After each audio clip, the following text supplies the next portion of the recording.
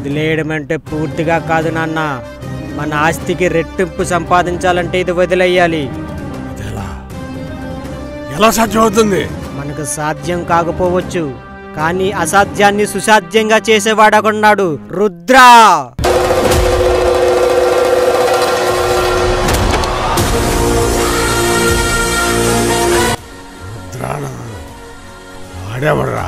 ఆద్యంతం గడ్డగట్టుకుపోయే హిమాలయాల్లో అహర్నిశలు నిద్రహారాలు మాని రుద్రయాగం చేసి అతీతి శక్తులు తన వశం చేసుకున్న రుద్రుడు.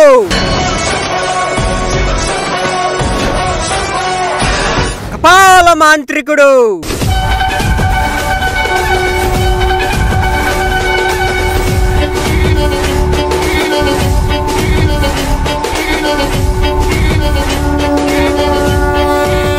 వాడు తలుచుకుంటే పంచభూతాలు సైతం పిడికిటిలో బంధించగలడు నాన్న.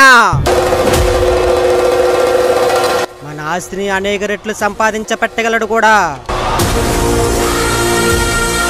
అలా జరగాలంటే మన ఆస్తిని ఈ అగ్నికి ఆహుతి చెయ్యాల్సిందే.